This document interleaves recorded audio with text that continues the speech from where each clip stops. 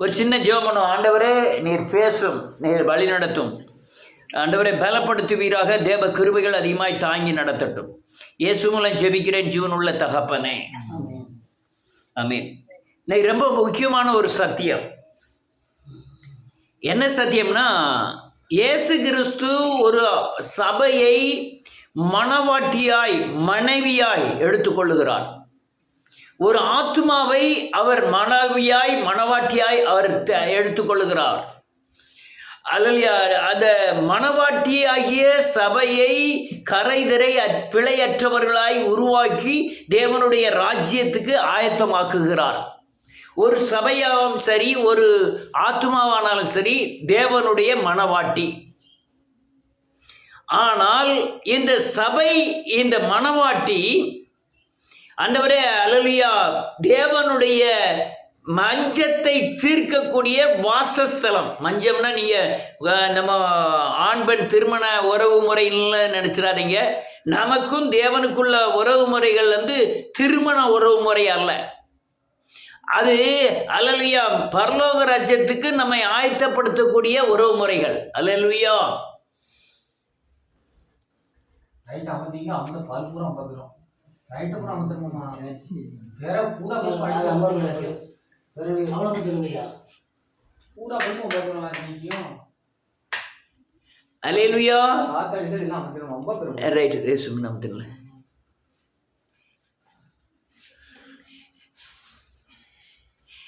இந்த உறவு முறையை அவர் மஞ்சத்தை, அதாவது அவர் திருமணம் செய்த காரியங்களை இன்னொரு உறவு முறையோடு இணைத்து அவர் மஞ்சத்தை நாம் தீட்டுப்படுத்துகிறோம்.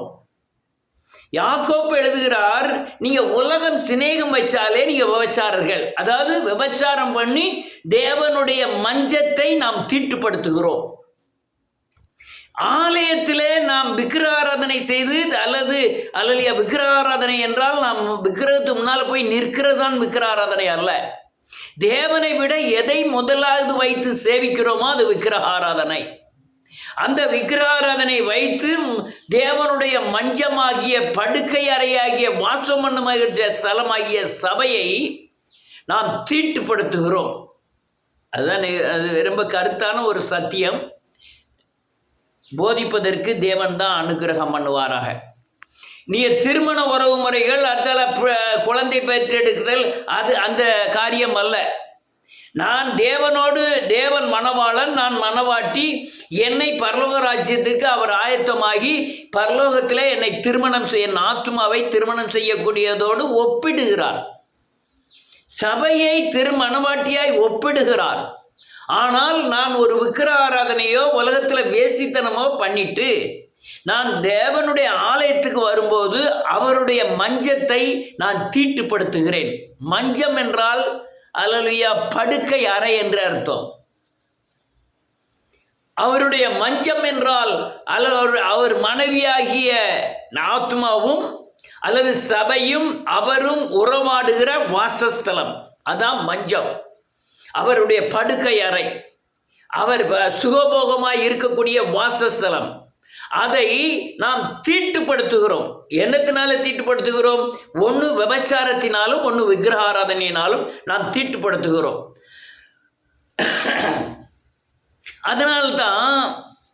அதனால பயங்கர தண்டனை அடைகிறார்கள். நிறைய பேரை பார்த்திருக்கிறேன். அல்லேலூயா, விவேகமற்ற கிறிஸ்துவ ஜீவியம் செய்யறதுனால பிள்ளைகளை போகிறார்கள், கொள்ளை நோயிலே மாட்டிக்கொள்ளுகிறார்கள். அல்லேலூயா, பல அல்லேலூயா வருஷமும் பிரச்சனையில மாட்டிக்கிட்டுதாங்க. நீங்க சத்தியத்தை எங்க தவறுறீங்களோ அப்போ உங்க வாழ்க்கையில பாதிப்பு அதிகமாகிவிடும். அப்படி ஆகி அநேகர் இந்த பூமியிலே தேவனுடைய அல்லேலூயா பரிசுத்தத்தை இழந்து தேவனுடைய மஞ்சத்தை தீட்டுப்படுத்துகிறார்கள். வாசிப்போமே, அதனால வர்ற தண்டனை என்னங்கிறத எழுதியிருக்கு. செல்ல தான் வாசிக்கணும். இங்கே வாசிக்கக்கூடியவங்க இல்லை, செல்ல தான் வாசிக்கணும். ஆதியாகமத்தின் புஸ்தகம் 49வது அதிகாரம்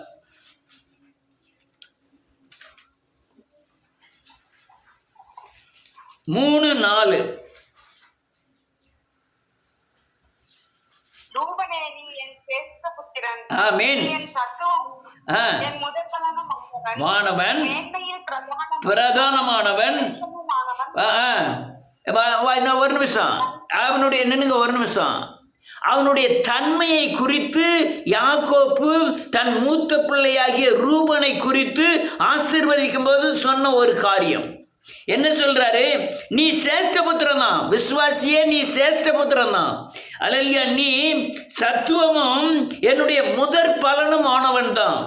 அல்லேலூயா, நீ மேன்மையில் பிரதானமானவன், வல்லமையில் விசேஷமானவன். நீ மணவாட்டி, சபை மணவாட்டி. கள்ளர் குகையில் ஆணிக்கிறீர்கள்னு ஆண்டவர் சொன்னாரு. பலிபீடத்தில் அல்லேலூயா அரைகுறை ட்ரெஸ் போட்டுட்டு ஆடுதாயா? எங்க போன? செத்து வீட்டில் ஆடுதான், கல்யாண வீட்டில் ஆடுதான், பலிபீடத்தில் ஆடுதான். பலிபீடத்தில் அரைகுறை ட்ரெஸ் போட்டுக்கிட்டு பெண்ணும் ஆணும் ஆடுது. இது அவருடைய மஞ்சமாகிய வாசஸ்தலத்தை, அவர் தங்குகிற ஸ்தானத்தை தீட்டுப்படுத்துகிற காரியம். தீட்டுப்படுத்துகிற காரியத்தினால அது அல்லேலூயா, அது அபிஷேகம் என்றும், அது ஆவியானவர் அசைவாடுகிறார் என்றும், மக்களை அல்லேலூயா மாம்ச கிளர்ச்சியை உண்டு பண்ணி தேவ துரோகம் பண்ணி மக்களை தேவனுக்கு விரோதமாய் நடக்க செய்கிறார்கள். அநேக சபை ஊழியர்கள் கண்டிக்கப்பட அல்லேலூயா தண்டிக்கப்பட இந்த மஞ்சத்தின் தீட்டு தான் காரணம். அநேக ஊழியர்களுடைய மனைவியை பார்த்திருக்கிறேன். அவர் சரியானபடி ஊழியம் செய்வார். ஆனால் மனைவியோ அந்த விசுவாசிகளை பூரா அதட்டுறது, உட்காருங்கிறது, எந்திக்கிறதுங்கிறது, சுய புத்தியினாலே ஒருத்தரை அல்லேலூயா உள்ள வாங்கிறது, வெளியே போங்கிறது, இதெல்லாம் பயங்கரமான தீட்டான காரியங்கள். மனைவியானவள் சபையிலே அடங்கி இருக்க கடவுள், ஸ்திரீ அடங்கி இருக்க கடவுள், பேசக்கூடாது. ஆனால் அந்த நான் பேசத்தான் செய்வேன், தண்டிக்கப்படுவார்கள். உலகத்தில் தண்டிக்க. நான் இந்த மாரநாத சர்ச்சில் இருந்திருக்கேன். அவர் ஒரு அமைதியான ஆள், ஆனால் துட்டில் கரெக்டாக இருப்பார். எப்படி வஞ்சித்து துட்டு வாங்கணுமோ அவ்வளோத்தையும் வாங்கிடுவார். ஆனால் அவங்க வீட்டம்மா படுத்துகிற பாடு இருக்க பயங்கர பாடு விசுவாசிகளை. கடைசியில் பல வருஷங்கள் அது சின்ன பிள்ளை மாதிரி ஆகிட்டு, பைத்தியம் மாதிரி ஆகிட்டு, அது பாட்டில் உட்காரோ எந்திக்கா போவாங்கிற மாதிரி ஆகிட்டு. தேவ சத்தம் கட்டு ஊழியம் செய்யணும், சித்தத்தின்படி செய்யக்கூடாது. நம் சுய சித்தத்தின்படி செய்யக்கூடாது, தேவ சித்தத்தின்படி செய்யணும். அது இல்லைன்னா காயப்படும், சந்ததி காயப்படும். நன்றியோடு கூட துதிக்கிறேன். இவன் மேன்மையானதான். அடுத்த வசனம், 4வது வசனம். ஆமென். மேன்மை அடைய மாட்டாய். ஏறினாயே போதும். இந்த காரியம் தான் அநேக சபைகள்ல விசுவாசி, இது மாம்சத்தின் அடிப்படையில் நடந்தது. வேலைக்காரியை கொண்டு போய் அல்லேலூயா இவன் அல்லேலூயா தவறு பண்ணிட்டான். யாரு? மூத்த மகன். அவன் சொல்றான், இந்த சுதந்திரம் முறை எனக்கு தான், அதனால நீ அவ என் தகப்பனுக்கு மனைவி, நீ எனக்கு ஒரு நாள் மனைவியா இருன்னு சொல்லி அவளை தீட்டுப்படுத்துகிறான். அப்பந்தான் இவன் சொல்லுதான், அல்லையா யாரு மேன்மையானவன், யாரு தலைப்புள்ள, யாரு இந்த சுதந்திர பாக்கியத்தை உடையவன், அவனை கூப்பிட்டு நீ மேன்மையை அடைய மாட்டாய் அப்படிங்கிறார். ரூபன் கானான் தேசத்துக்குள்ளே பிரவேசிக்கல. கானான் தேசம் வரும் பொழுது, கானான் தேசம் வருவதற்கு முன்பாகவே எனக்கு இந்த இடத்த பிரித்து கொடுத்துருங்க, நான் உள்ள வரலான்ட்டான். இது அவன் சொன்னதில்ல, மேன்மை அடைய மாட்டாய், ரூபனை மேன்மை அடைய மாட்டாய்ன்னு சொன்ன அவன் யாக்கோப்புடைய வாக்கு. அல்லேலூயா வீட்டில் விபச்சாரம் நடக்கு, நீ சபைக்கு எப்படி போவ? அல்லேலூயா வீட்டில் அல்லேலூயா நன்றியோடு கூட துதிக்கிறேன், விக்கிராராதனை நடக்கு, இருதயத்தில் விக்கிராராதனை நடக்கு, கண்ணில் இச்சை நடக்கு, நீ எப்படி சபை ஆராதனையில் போய் கலந்துக்கிட முடியும்? அப்படி கலந்துக்கிட்டா தண்டனை, கலந்துக்கிட்டனா நீ தேவனுடைய மஞ்சத்தை தீட்டுப்படுத்துகிற. மஞ்சம் என்பது தேவனுடைய தங்கும் வாசஸ்தலம், அவர் படுக்கிற இடம், படுக்கை. யாக்கோபு அழகா சொன்ன, என் படுக்கையை நீ தீட்டுப்படுத்திட்டார் ரூபனே அப்படின்ட்டான். நல்ல கவனிங்க, ஆவிக்குரிய சத்தியங்களின்படி நீங்க நடக்கலைன்னா பாதிப்பு அதிகம். நம்மளுக்கு மட்டுமல்ல, நம்ம பிள்ளைகளுக்கெல்லாம் பாதிப்பு அதிகம். நான் அநேக நேரம் நீங்கள் உங்களை சொல்லும் போதே உங்கள் பிள்ளைகளை சேர்த்து சொல்ல காரணம் எச்சரிக்கையாக இருக்க வேண்டும் என்பதற்காக. நூறு மனுஷனை காமிக்க பாருங்க. 2 சாமுவேலின் புஸ்தகம் 16வது அதிகாரம்.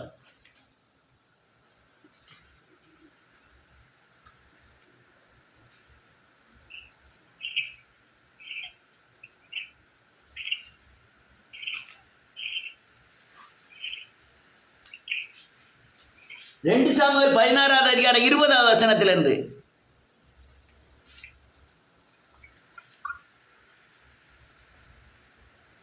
அப்சலோம் அகித்தோப்பேலை பார்த்து அப்சலோம் அகித்தோப்பேலை பார்த்து செய்ய வேண்டியது இன்னதென்று ஆலோசனை சொல்லும் என்றான். ஆமென்.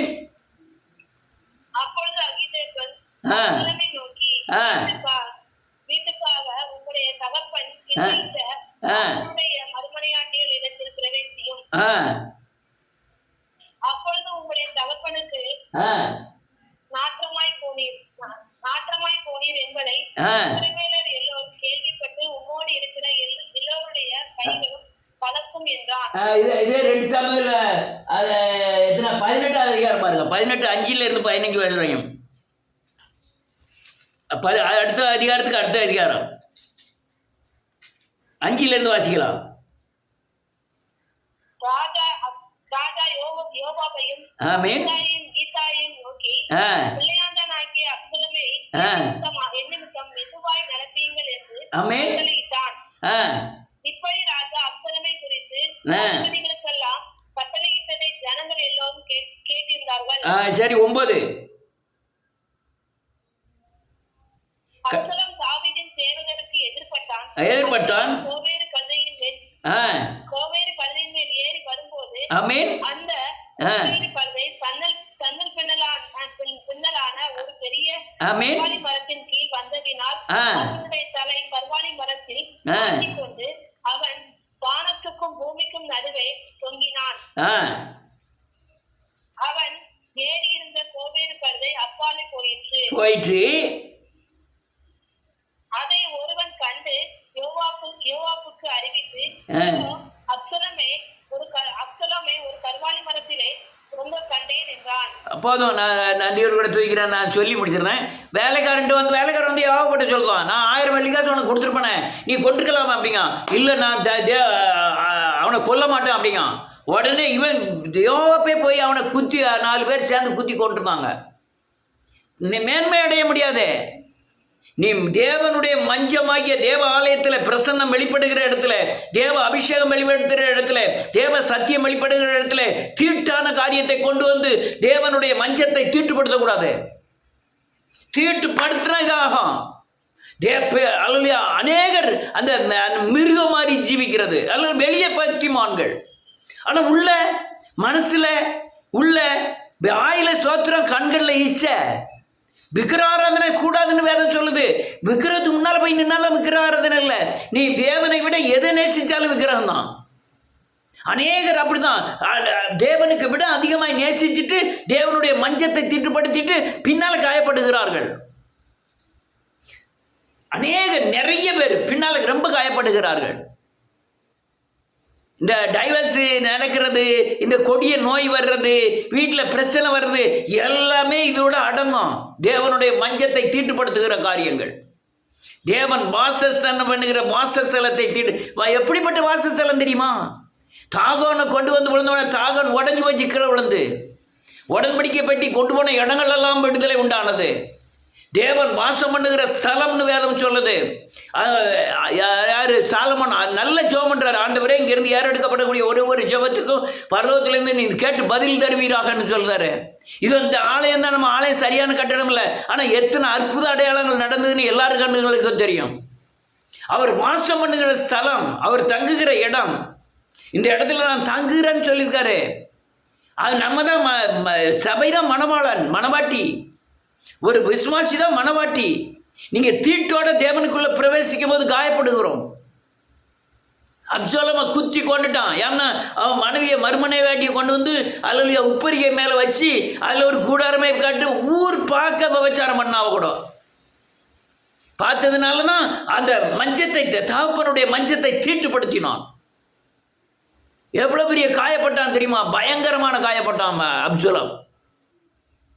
க்ளோஸ் பண்ணிட்டாங்க. எல்லாம் சேர்ந்து அந்த அந்த காரியங்களை அமைத்ததே தேவன். குதிரை வீரர் ஆணழகன் அப்சலோம்னு வேதம் சொல்லுது. ஆணழகன் அப்சலோம் கருவாலி மரத்தில் கண்ணால பூமிக்கு நடுவே தொங்க ஆரம்பிச்சிட்டான். இன்னொரு வசனத்தை வாசிப்போம். 1 கொரிந்தியரின் புத்தகம் 5ஆம் அதிகாரம்.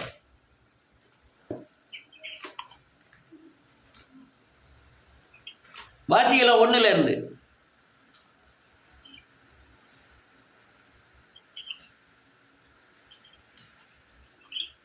உங்களுக்குள்ளே விபச்சாரம் உண்டென்று பிரசித்தமாய் சொல்லப்படுகிறது. ஆமென். ஒருவன் தன் தகப்பனுடைய மனைவியை வைத்துக் கொண்டிருக்கிறானே அது அஞ்ஞானிகளுக்கும் சொல்லப்படாத விபச்சாரமாய் இருக்கிறது. என்ன எழுதியிருக்கு பாருங்க. அவனுக்கு 2 பொண்டாட்டி. 2 பொண்டாட்டில ஒரு பொண்டாட்டியோடைய மகன் வந்து அந்த மூத்த இன்னொரு பொண்டாட்டிய இவன் வச்சிருக்கானா. யாரு? பழைய ஏற்பாடு இல்ல, புதிய ஏற்பாடை குறித்து சொல்லுது வேதம். யார்? பவுல் எழுதுறார். கொரிந்திய சபையை பற்றி இது எழுதுறாரு. கொரிந்திய சபையே, உங்களுக்குள்ள நான் ஒரு விபச்சாரத்தை காண்கிறேன். அது கொடிய விபச்சாரமா இருக்கு. ஒருத்தனுக்கு 2 பொண்டாட்டி இருக்கு. ஒரு பொண்டாட்டிக்கு பிறந்த பையன் இன்னொரு பொண்டாட்டியை வச்சுக்கிட்டு இருக்கான். இது உலகத்தில் அஞ்ஞானிகளுக்குள்ளேயும் தேவனை விசுவாசியாதவர்களுக்குள்ளேயும் நடக்காத இந்த கொடுமை அல்லவா? அடுத்த என்ன எழுதிருக்கு பாருங்க, வாசிங்க.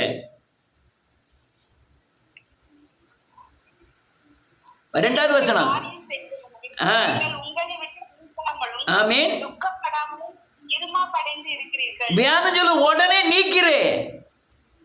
நான் செஞ்சேன், உடனே நீக்கிறேன். அடுத்தால வாசிங்க, டக்குன்னு வாசிங்க. ஆமென்.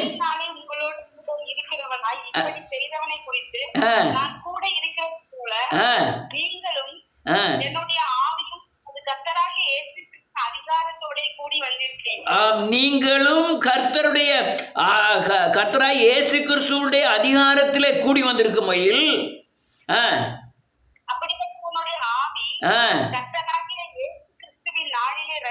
ரட்சிக்கப்படும்படி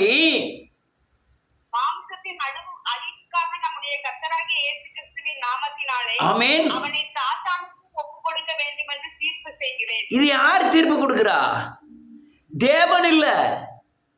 பவுலே கொரிந்திய சபையில ஒரு மனுஷனுக்கு தீர்ப்பு கொடுக்கிறார். நான் சாத்தான் கையில ஒப்பு கொடுக்கிறேன்னு. ஊழியன் வாயிலிருந்து வருகிற சத்தியங்கள், ஊழியன் வாயிலிருந்து வருகிற தீர்ப்புகள், ஊழியன் வாயிலிருந்து வருகிற கொடு சொற்கள், எச்சரிக்கைகள், எச்சரிப்பின் சத்தங்கள் அவங்க ஒரு மனுஷனை உருவாக்கி ஸ்திரப்படுத்திடும். அவன் என்ன சொல்லலாம்? இவன் நரகத்துக்கு போவதுக்காக அல்ல, கர்த்தருடைய நாளிலே ரட்சிப்படையும்படியாய் இவனை நான் சாத்தான்ட்ட நான் ஒப்பு கொடுக்குறேன் அப்படிங்க. என் வாயின் வார்த்தைக்கு அதிகாரத்துக்கு அவ்வளவு பவர் இருக்குன்னு சொல்றான். தீட்டுப்படுத்தாத, தேவனுடைய ஆலயத்தை தீட்டுப்படுத்தாத, ஒரு சரீரத்தை தீட்டுப்படுத்தாத. அது தேவன் தங்கும் ஆலயம். அல்லது தேவன் தங்கும் ஆலயத்தை தீட்டுப்படுத்தினா, ஒரு ஆலயத்தை கெடுத்தால் அவனை நான் கெடுப்பேன் வேதம் சொல்லுகிறது. அல்லேலூயா. நம்முடைய ஆலயத்தை பரிசுத்தமாக வைக்கணும். ஏன்னா அது தேவனுடைய மணவாட்டி சபை. நம்ம சபை தேவன் மனைவாட்டி சபை. தேவன் தங்குகிற வாசம் பண்ணுகிற இடம். தீட்டுப்படுத்தக்கூடாது. தீட்டுப்படுத்தினா என்ன நடக்கும் தெரியுமா? இன்னொரு தண்டனையை பாருங்க. யோவான் எழுதின சுவிசேஷம் 8ஆம் அதிகாரத்தில் வரும். 3, 4, 5. யோவான் 8ஆம் அதிகாரம் 3, 4, 5.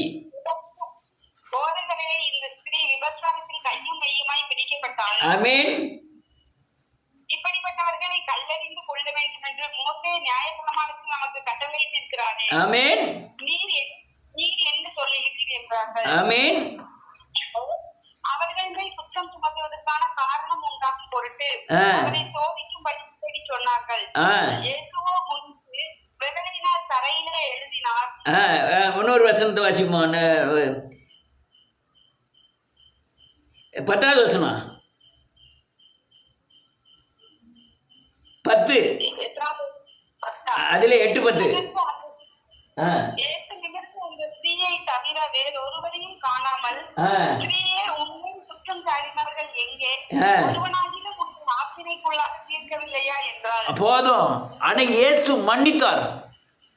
ஏன்னா இவன் மனஸ்தாபப்பட்டாள், இந்த ஸ்திரீ மனஸ்தாபப்பட்டாள். ஒருத்தரும் எல்லாருமே எல்லாருமே மனஸ்தாபப்பட்டார்கள்.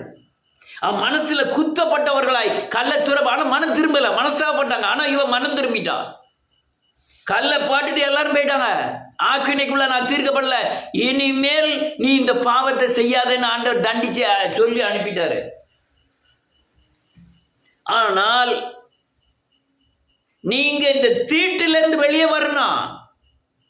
அந்த இந்த பயங்கரமான தீட்டுகளை அநேக நேரம் பார்க்கிறேன் நான். தேவனோட பிள்ளையை நேசிக்கிறது, தேவனோட பணத்தை நேசிக்கிறது, தேவனோட தன் பலகத்தை தன் அழகை நேசிக்கிறது, சொந்த பந்தங்களை நேசிக்கிறது, ஜாதியை நேசிக்கிறது, தன் மேன்மையை நேசிக்கிறது, பெருமையை, இதெல்லாம் பயங்கரமான துரோகங்கள்.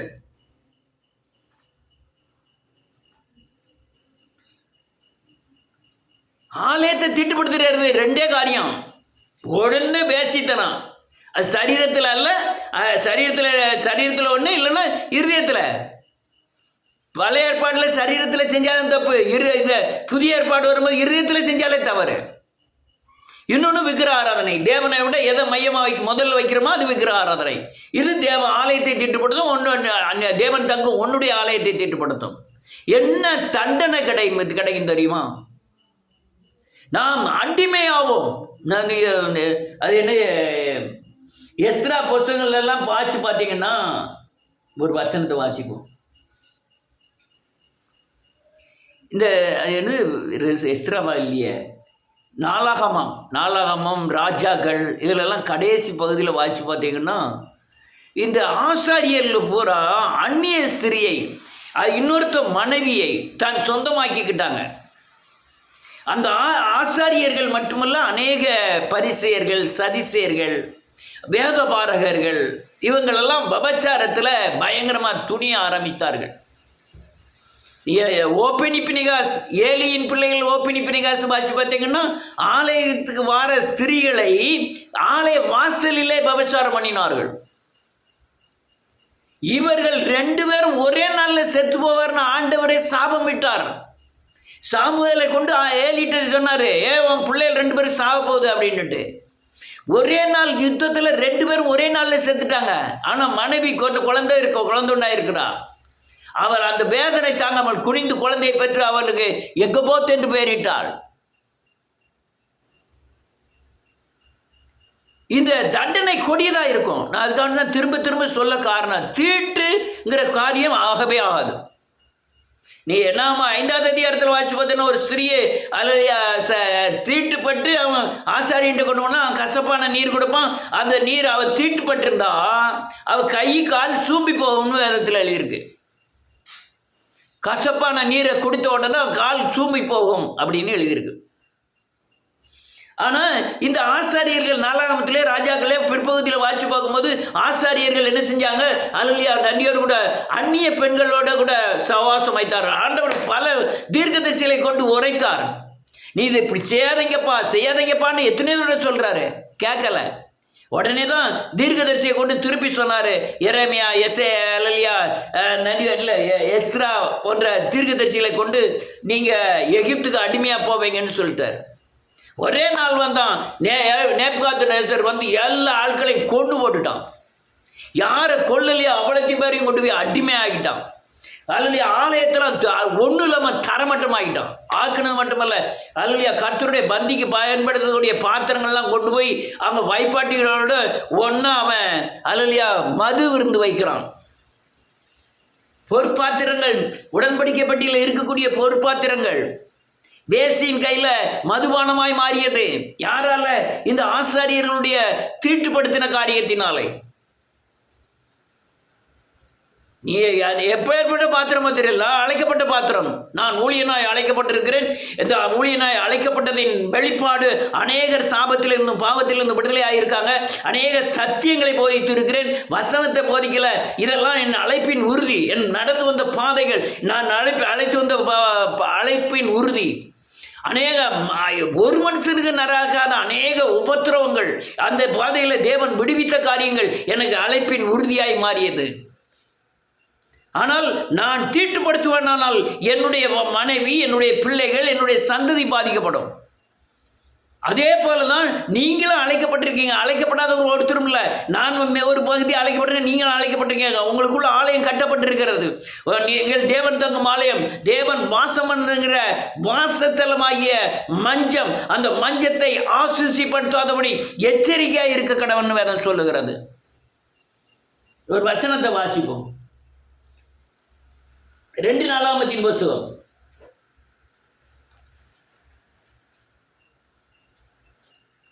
6 எடுத்தீங்களா? 36வது அதிகாரம்.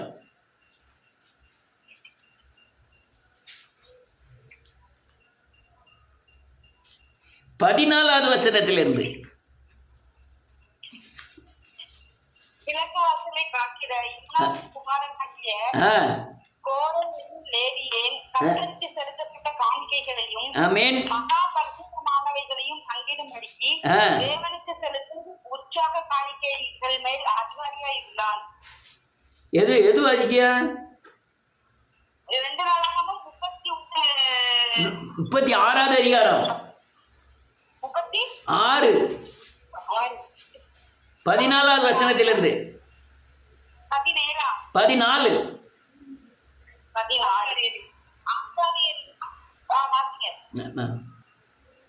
வாசிங்க.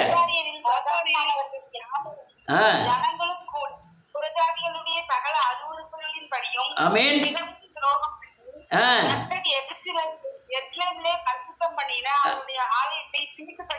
யார் தீட்டுப்படுத்தினார்கள்? ஆசாரியர்கள். ஆசாரியர்கள் தீட்டுப்படுத்தினா விசுவாசி. இன்னைக்கு அந்த காரியம் தான் நடந்துகிட்டு இருக்கு.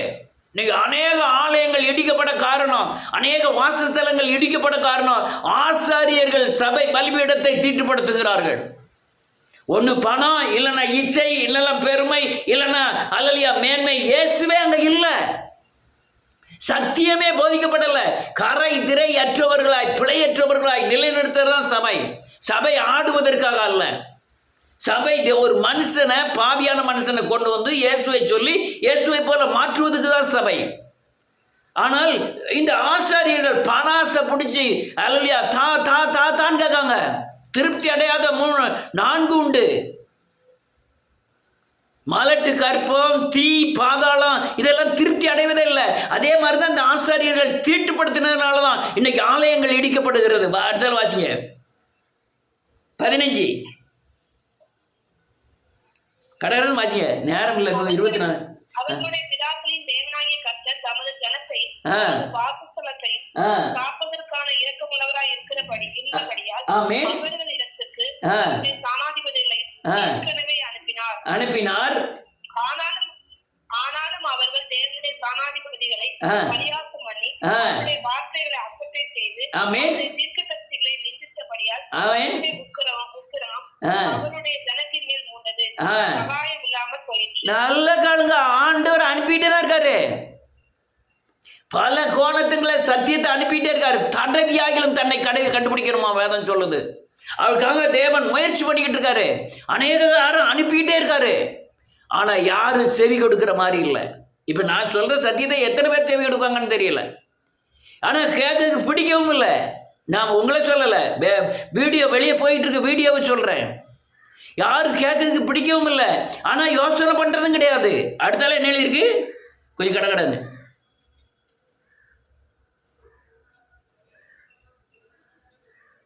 என்னாச்சு பாசி? அதனால் அவர்கள் மேல் கல்தெரியாரின் ஏமா வாசிங்க யாராவது. ஆனாலும் அவர்கள் தேவனுடைய ஸ்தானாதிபதிகளை பரியாசம் பண்ணி வார்த்தைகளை அசட்டை செய்து அவருடைய தீர்க்கதரிசிகளை நிந்தித்தபடியால் கர்த்தருடைய உக்கிரம் அவருடைய ஜனத்தின் மேல் மூண்டது. சகாயம் இல்லாமல் போயிற்று. ஆமென். 16 ஆதலால் அவர் அவர்கள் மேல் கல்தேரி ராஜாவை வரப்பண்ணினார். அவன் அவர்கள் வாலிபரை அவர்களுடைய பரிசுத்தமான ஆமென் ஆலயத்தை கொன்று கன்னிய ஸ்திரீகளையும் ஆமென் தப்ப விடவில்லை. ஒப்பு கொடுத்தார். போதும், ரொம்ப வாசிக்கலாம். அடுத்த வசனம். அவன் தேவனுடைய ஆலய பனிமுட்டுகள் அனைத்தையும் ஆமென். கர்த்தருடைய ஆலயத்தின் பொக்கிஷங்களும் ஆமென். ராஜாவுக்கும் அவன் பிரபுக்களுக்கும் பொக்கிஷங்களும் ஆகிய ஆமென். அனைத்தையும் பாபிலோனுக்கு கொண்டு போனான். எல்லாத்தையும் பட்டேங்கிட்ட எல்லாத்தையும் கொண்டு போயிட்டான். கவனமா கேளுங்க, மஞ்சத்தை தீட்டுப்படுத்தாதே. சிரிப்பு சின்ன ஒரு செய்தி தான். தேவன் தங்கும் ஆலயம், தேவன் வீட்டிற்கும் இடம் தேவனுடைய மஞ்சம். அதை தீட்டுப்படுத்தினா காயப்படுவோம். அதுக்கப்புறம் எஸ்ரா எழும்பி தேவனுடைய ஆலயத்தை கட்டுறான். அவன் எஸ்ரா கட்டுறதையும் பார்ப்போம். எஸ்ரா அடுத்த பேஜி 10வது அதிகாரம் 1, 2, 3. யாராவது வாசிங்க. 10, 1, 2, 3.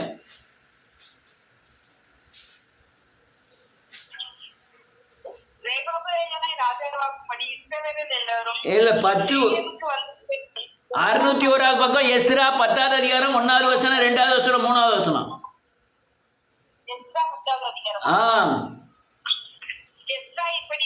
விண்ணப்பம் பண்ணி அறிக்கையிட்டு அழுது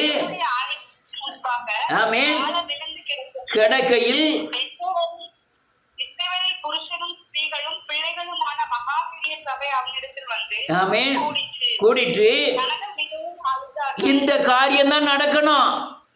இது எஸ்ரா வந்து விண்ணப்பம் பண்ணி அழுது ஜனங்கள் எல்லாம் வந்து ஆலயத்தில் வந்து அழுதாங்களே, அந்த காரியம் நடக்கணும்.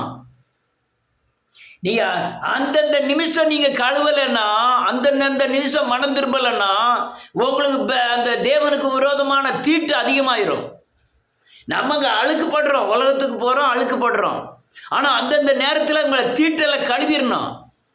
மனம் திரும்பி புது சிஷ்டியாக மாறிடணும். அவன் எல்லா ஜனங்களையும் கூட்டவுடனே ஜனங்கள் பூரா அழ ஆரம்பிச்சாங்க. அடுத்தால ஒருவனாகிய எகேலின் குமாரன் சிக்கானியா எஸ்ராவை நோக்கி, நாங்கள் தேசத்தில் உள்ள அந்நிய ஸ்திரீகளை சேர்த்து கொண்டதினால் எங்கள் தேவனுக்கு விரோதமாக பாவம் செய்தோம். இப்பொழுது இந்த காரியத்திலே இன்னும் இஸ்ரவேலுக்காக நம்பிக்கை உண்டு. ஆமென். நாங்க அந்நிய ஸ்திரீகளை சேர்த்துக்கிட்டதுனால பாவம் செய்தோம். நல்லவனுங்க, ஒரு ஸ்திரீ தேவனுக்கு மனவாட்டி. சபைக்கு வர ஒரு ஸ்திரீ தேவனுக்கு மனவாட்டி.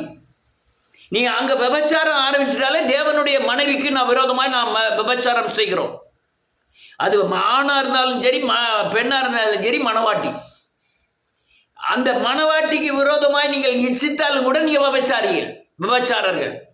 இப்போ வரும்போது நீங்க எல்லாத்தையும் காயப்படுவீர்கள். என்னாபிகாத்து நேச்சர் தான் அனுப்ப வேண்டியது இருக்கும். ஆனா இங்க என்ன நடக்கு? மனம் திரும்புகிறார்கள். அடுத்தல என்ன எழுதிருக்கு? 3வது வசனம்.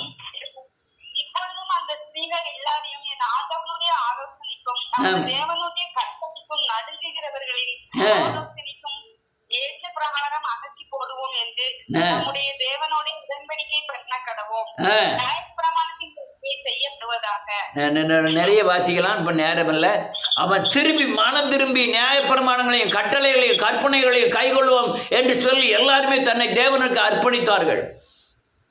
அப்பதான் அவங்க விடுதலை ஆனார்கள். நான் திரும்பவும் சொல்றேன், நீங்க தீட்டுப்பட்டினா காயப்படுவீர்கள். நீங்க இருதயத்தில் விபச்சாரம் பண்ணினாலும் காயப்படுவீர்கள், அல்லது மாம்ச விபச்சாரம் பண்ணாலும் காயப்படுவீர்கள். சபையில தீட்டான காரியங்கள் நடக்கிறதுக்கு நீங்க முதலாளர் இருந்தீங்களும் காயப்படுவீர்கள். நீங்கள் மட்டுமல்ல, உங்கள் உடைமைகளும் காயப்படும். ஏன்னா நேபுகாத்நேச்சர் வந்து கொண்டு போகும்போது பொருட்கள் எல்லாமே கொண்டு போயிட்டான். அப்போ நம்ம உடைமைகளும் பாதிக்கப்படும். பிள்ளைகளை கொண்டு போய் அடிமையாகிட்டான். நம்ம பிள்ளைகள் வேறொருவனுக்கு அடிமையாகும். இதெல்லாம் இல்லாமல் இருக்கணும்னா தீட்டுப்படாமல் இருக்கணும். தேவனுடைய மஞ்சத்தை தீட்டுப்படுத்தக்கூடாது. அப்சலோனுடைய மரணம் கொடுமையாக இருந்தது. 1 கொரிந்தியர் 5வது அதிகாரத்தில் ஒரு விசுவாசி தகப்பனுடைய மனைவியை வைத்திருந்தான். அவன் பிசாசு கையில், சாத்தான் கையில் ஒப்பு கொடுக்கிறேன் என்று தீர்ப்பு செய்தான் பவுல்.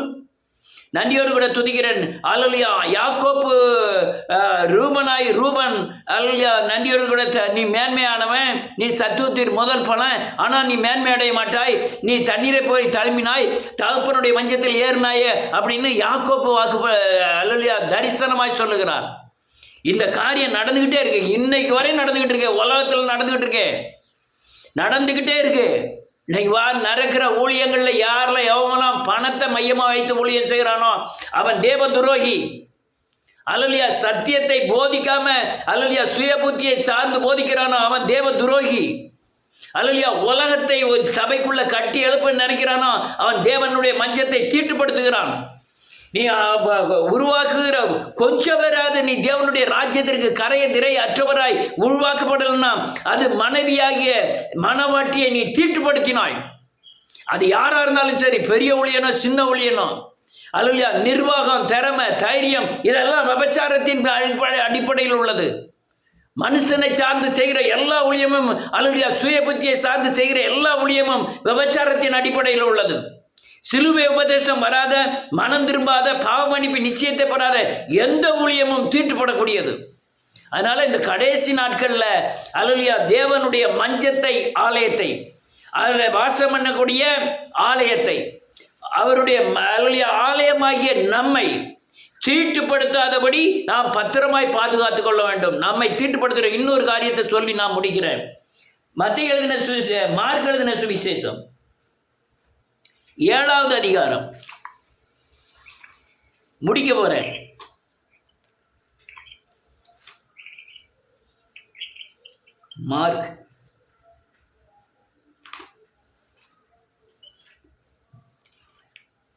மார்க் 7வது அதிகாரம். இயேசுவின் நாமத்தினால்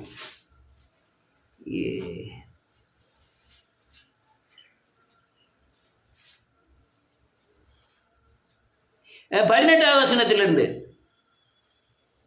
அதற்கு அவர், இவ்வளவு உணர்வில்லாதவர்களா? நீங்களும் இவ்வளவு உணர்வில்லாதவர்களா? புறம்பே இருந்து போகிறது என்றும் அவனை தீட்டுப்படுத்த மாட்டாது என்றும் ஆமென் அறிந்து கொள்ளவில்லையா? அறிந்து கொள்ளவில்லையா? அவன் இருதயத்தில் அது அவன் இருதயத்தில் போகாமல் வயிற்றிலே போகிறது. ஆமென். அதிலிருந்து எல்லா போஜனங்களின் அசுத்தங்களையும் ஆசன வழியாய் நீங்கி போகும். இது ரொம்ப முக்கியம். புறப்படுகிறதே மனுஷனை தீட்டுப்படுத்தும். மனுஷனுக்குள்ளே இருந்து புறப்படுகிறதே மனுஷனை தீட்டுப்படுத்தும். 21. எப்படியெனில் மனுஷனுடைய இதயத்திற்குள் இருந்து சிந்தனைகளும் விகாரங்களும், பேச்சுத்தனங்களும், கொலைபாதகங்களும், களவுகளும், பொருள் ஆசைகளும், புத்தத்தனங்களும், காம விகாரமும், பெருமையும் புறப்பட்டு வரும்.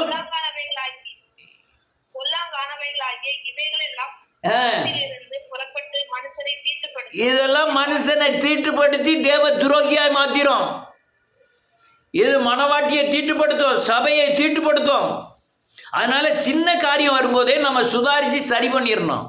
அப்பதான் நீங்களும் தப்பிக்க முடியும், நானும் தப்பிக்க முடியும்.